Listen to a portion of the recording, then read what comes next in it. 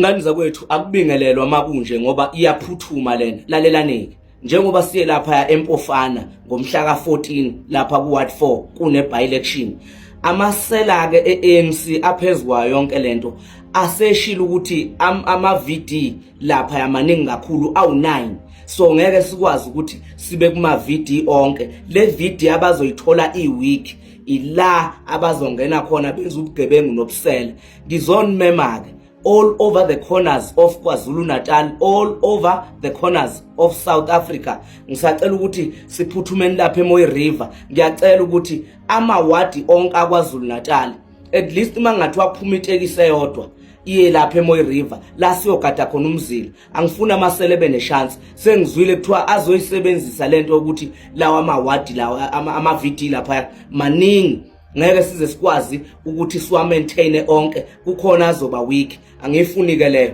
ngicela ukuthi siphumeni ngobuningi bethu siphuthumeni khona lapha eMoyi River ngomhla ka14 sisheshe sifike futhi singalindi ukuthi kufune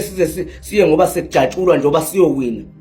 kufune sifike kuse-early ukuze siwagada amasela kuthwala amasela ngominister lapha kwiANC na wonke nje amasela akhona kuANC azobe khona ezoqinisekisa ukuthi ubugebengu abenza ngendlela ngoba umkhonto